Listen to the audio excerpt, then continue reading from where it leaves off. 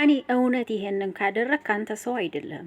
የእውነት ነው የምነግርህ። ይሄንን ካደረክ ቡቡዬን በፖሊስ ካስያዝክ የእውነት ነው የምልህ አንተ ሰው አይደለም። እውነት ነው የምነግርህ ማለት ነው። እውነት አድርገው ከሆነ እኔ ግን ይሄ ነገር ምንም እውነት እየመሰለኝ አይደለም።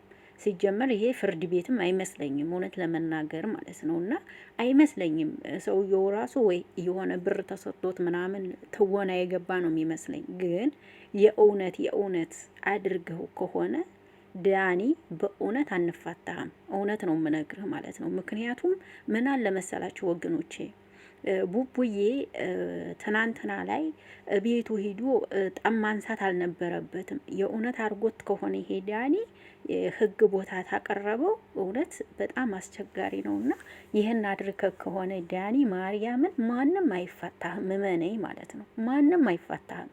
ይህን አድርገ ከሆነ አንተ የእውነት አንፋታህም። ቡቡዬን እስር ቤት አስገብተህ የእውነት የሚፋታኝ ሰው አለ ብለህ እንዳታስብ። ማንም አይፋታህም፣ እመነኝ ማለት ነው። ሰላም ሰላም፣ እንዴት ናችሁ? አቢ ነኝ። እንዴት ቆያችሁ? እግዚአብሔር ይመስገን። እውነት ዛሬ በሁለት ነገር ልቤ ተሰብሯል። የእውነት ዳኒ ሊያስይዘው ከሆነ የእውነት ነገ እንዲመጣ እያለ ነው። የ3 አመት እስራት ይፈረድበታል እያለ ነው። የእውነት ከሆነ እኔ ልብ ይሰብራል። የእውነት ይሄ ልብ ይሰብራል።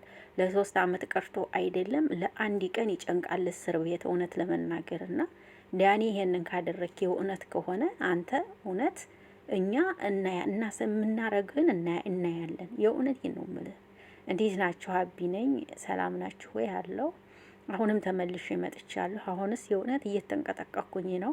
እማወራው ራሱ ጠፍቶብኛል። የእውነት አደረገው እንዲህ ይሄ ልጅ እያልኩኝ ነው። እኔ ግን አይመስለኝም እውነት ሳየው ይሄ እስር ቤት ምናምን አልመሰለኝም። ምክንያቱም እስር ቤት ሂዳችሁ ምናምን ስትከሱ ወይም ስታመለክቱ የኢትዮጵያ ባንዲራ ምናምን እዛ ላይ የሆነ እየተወለበለበ ምናምን ታውታላችሁና ይሄ ግን አልመሰለኝም። እኔ ግን በጣም ነው ማለት ቤት የመቱ ነው የመታኝ ምናምን ሲል ቤት መቶ ከሆነ የመታ የ3 አመት እስራት ይፈረድበታል ሲል እውነት በጣም ነው የደነገኩት። የእውነትም ይሁን የውሸትም ማለት ነው። እውነት ዳኒ ይሄንን ነገር አድርገህ ከሆነ ለአንተ እኮ ነው እንዲሁም ሰሞኑን እይታ አግኝተሃል። 200 ኬ ልትገባ ነው በእነሱ ማለት ነው። እንዲሁም እነሱን ማመስገን ነበረብህ። አይገርምህም? ይሄንን አድርገህ ከሆነ ለቡቡ ይሄን አድርገህ ከሆነ እኔ በጣም ነው ማዝነው። የእውነት ነው ምላችሁና 3 አመት ቀርቶ አይደለም እስር ቤት አንዲት ቀን ራሱ 20 ደቂቃ ራሱ ተጨንቃለ ወገኖቼ።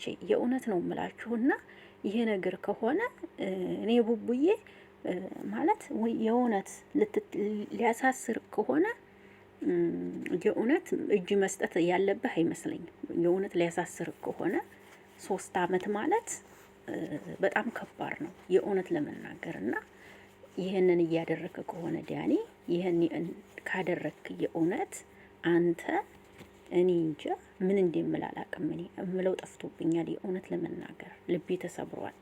ይሄ ነገር እውነት ከሆነ በጣም ነው እኔ ምን ልበላችሁ ወገኖቼ፣ አላቅም ብቻ እኔ አላቅም ብቻ የእውነት አላቅም። ምን ልበል እኔ የእውነት እንዲህ እውነት ዳኒ እውነቱን ነው ወገኖቼ። እኔ ይህንን ፎቶውን ስመለከት ጭራሽ አይደለም እስር ቤት አይመስለኝም። እንደዚህ ጓደኛው ምናምን ነው የመሰለኝ። የጓደኛው ቤት ምናምን ነው የመሰለኝ።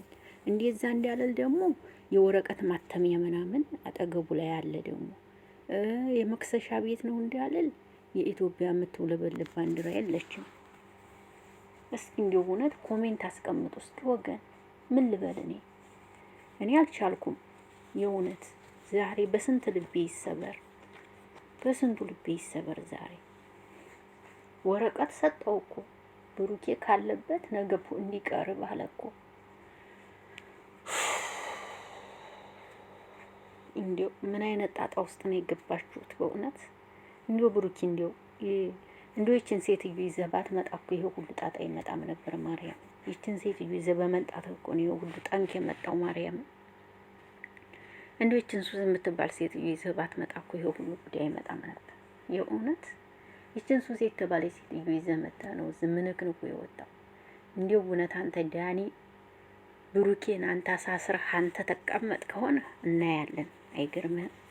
እናያለን። የምሬ ነው የምልህ። አንተ ብሩኬን አሳስረህ አንተ ብሩኬን ለስር ሰጥተህ የምትቀመጥ ከሆነ እንተያያለን። እዛን ይለያል፣ ወንድና ሴቱ ይለያል። ማኔ ይሄን አርገህ እሱን ለእስር ቤት ሰጥተህ አንተ እናያለን። እሺ እናያለን። ይሄን ካደረግክ አንተ እኔ እስከመቼም ሰው አላረግም።